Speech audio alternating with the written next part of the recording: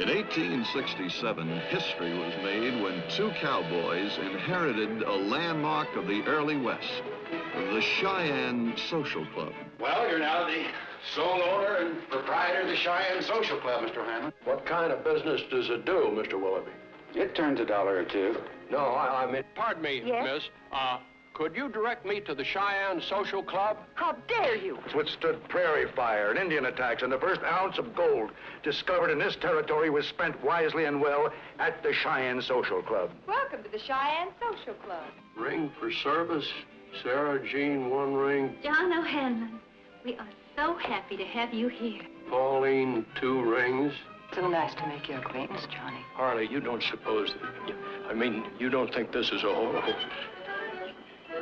You don't believe it, do you? They were just a couple of simple, hard-working cowboys who didn't know what they were getting into when they inherited the Cheyenne Social Club.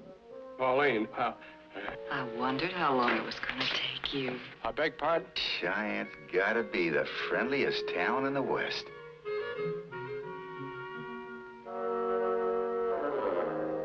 You don't care what you step on, do you, Harley? Did you ever in your whole life see anything like it? But no matter how good the service, there were always complaints. What do you want, O'Hanlon? The man that beat up one of my girls. They tell me his name's Corey Bannister, and they tell me I can recognize him by a streak of yellow down his back. I'm Bannister.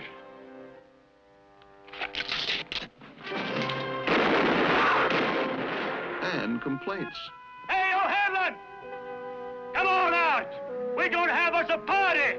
I'm sorry, I don't like crowds!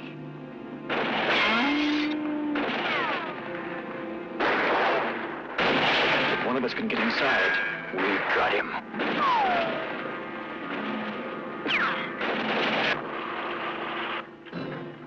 Not you, Harley! It's me, John. You all right? Just fine! Harley, why are you with me? John, I've rode with you for 10 years now. Here you've been with me for 10 years, and I don't even know why. How come you never asked before? Don't know. Rolling on just like a rolling stone, looking for some land to call my own. Riding on, it's time to settle down. Cheyenne might be the town to stop this lonely rolling stone. The enduring charm of the Cheyenne Social Club. A gentle comedy in a changing West. The Cheyenne Social Club, released in 1970, stands as a fascinating artifact of a Hollywood caught between the twilight of the classic Western and the dawn of a more revisionist, often cynical, perspective on the genre.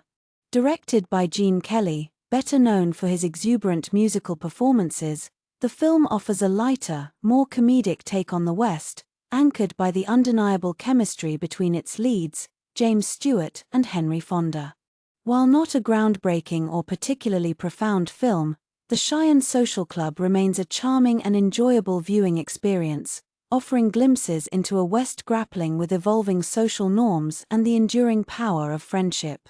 The film centers around John O'Hanlon, James Stewart, an aging cowboy living a solitary life on his Texas ranch. He receives a telegram informing him that an old friend, Dillard Nations, has died, and more importantly, has bequeathed him his share in a saloon called the Cheyenne Social Club in Cheyenne, Wyoming. This unexpected inheritance represents a dramatic shift in John's quiet existence, promising adventure and the opportunity to reconnect with another old friend, Harley Sullivan, Henry Fonda. Filled with a mixture of apprehension and excitement, John sets off to Cheyenne, accompanied by Harley, who is as boisterous and eager for a good time as John is reserved and cautious. Upon arriving in Cheyenne, John and Harley are immediately confronted with the reality of their inheritance. The Cheyenne Social Club is not the respectable saloon they envisioned, but a high-class brothel, staffed by a bevy of attractive and independent women. John, a man thoroughly out of his element in such a place, is shocked and deeply uncomfortable. He is a man of traditional values, raised with a clear understanding of right and wrong, and the idea of profiting from the exploitation of women clashes directly with his moral compass. This culture clash forms the central comedic tension of the film. Stewart's John is a picture of awkwardness and bewildered innocence as he tries to navigate the world of the social club. He stammers, blushes, and struggles to maintain his composure in the face of the women's flamboyant personalities and their casual approach to morality.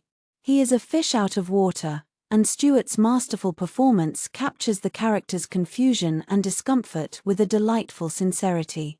Harley, on the other hand, revels in the atmosphere of the social club.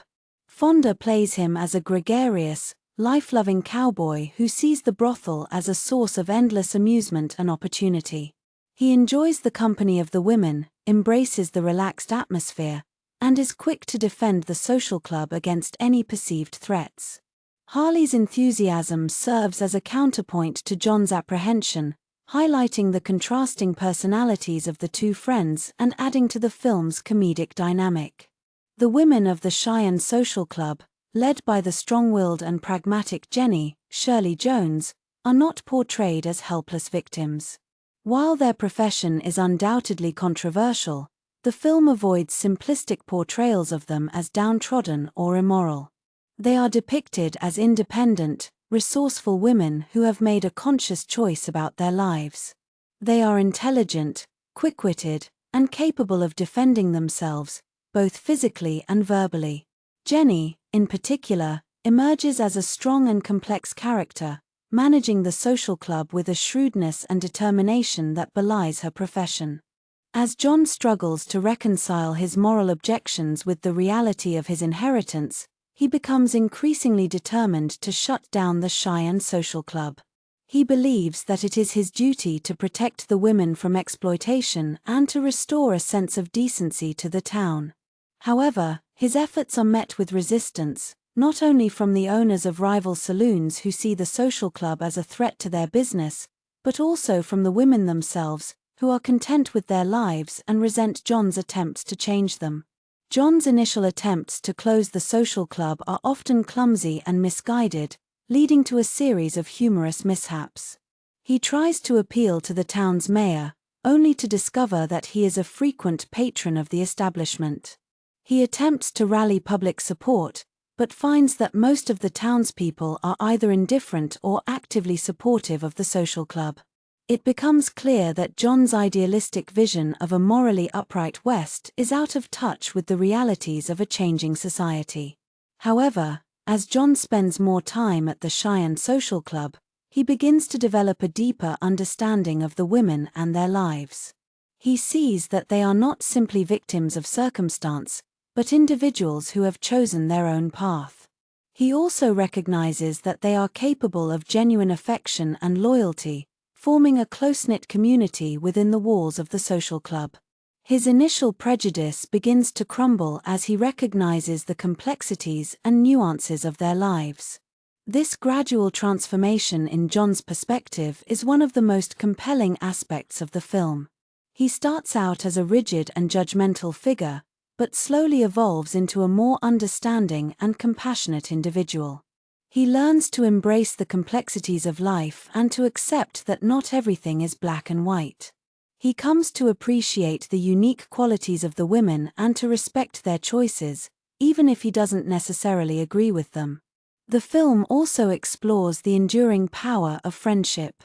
The relationship between John and Harley is the heart of the film, providing both comedic and emotional moments. Their contrasting personalities initially create friction, but their shared history and deep-seated affection for each other ultimately prevail. They challenge each other, support each other, and ultimately help each other grow as individuals. Their friendship is a testament to the enduring bonds that can be forged between men, even in the face of adversity and change. The Cheyenne Social Club is not without its flaws. The pacing can be uneven at times, and the plot occasionally meanders. The film's simplistic portrayal of the West can also be seen as a weakness, particularly in light of the more complex and nuanced representations that emerged in later Western films. However, these shortcomings are largely overshadowed by the film's strengths. The film's enduring appeal lies in its gentle humor, its charming performances, and its exploration of themes that remain relevant today. It is a film about friendship, tolerance, and the challenges of adapting to a changing world. It is a reminder that even in the most unconventional of circumstances, human connection and understanding can prevail. Furthermore, the film subtly challenges some of the traditional Western tropes. It subverts the hypermasculine ideal of the stoic, emotionless cowboy, portraying John as a vulnerable and often bewildered figure. It also challenges the romanticized image of the Wild West as a land of lawlessness and violence, suggesting that even in the most untamed corners of the West, kindness and compassion can still be found. The Cheyenne Social Club is a film that rewards repeat viewings. Its subtle humor and nuanced characterizations become more apparent with each viewing, revealing layers of meaning that may have been missed initially. It is a film that invites reflection on the complexities of human relationships and the challenges of navigating a world in constant flux. In conclusion, The Cheyenne Social Club is a delightful and enduring comedy that offers a unique perspective on the American West. While not a landmark film in the genre, it is a charming and enjoyable viewing experience, thanks to the exceptional performances of James Stewart and Henry Fonda, and its thoughtful exploration of themes that continue to resonate with audiences today. It's a film that reminds us of the importance of friendship, tolerance, and the ability to adapt to a changing world, making it a worthwhile addition to any classic film enthusiast's collection. It stands as a testament to the fact that even in the twilight of the classic Western, there was still room for a gentle, humorous, and ultimately heartwarming tale to be told.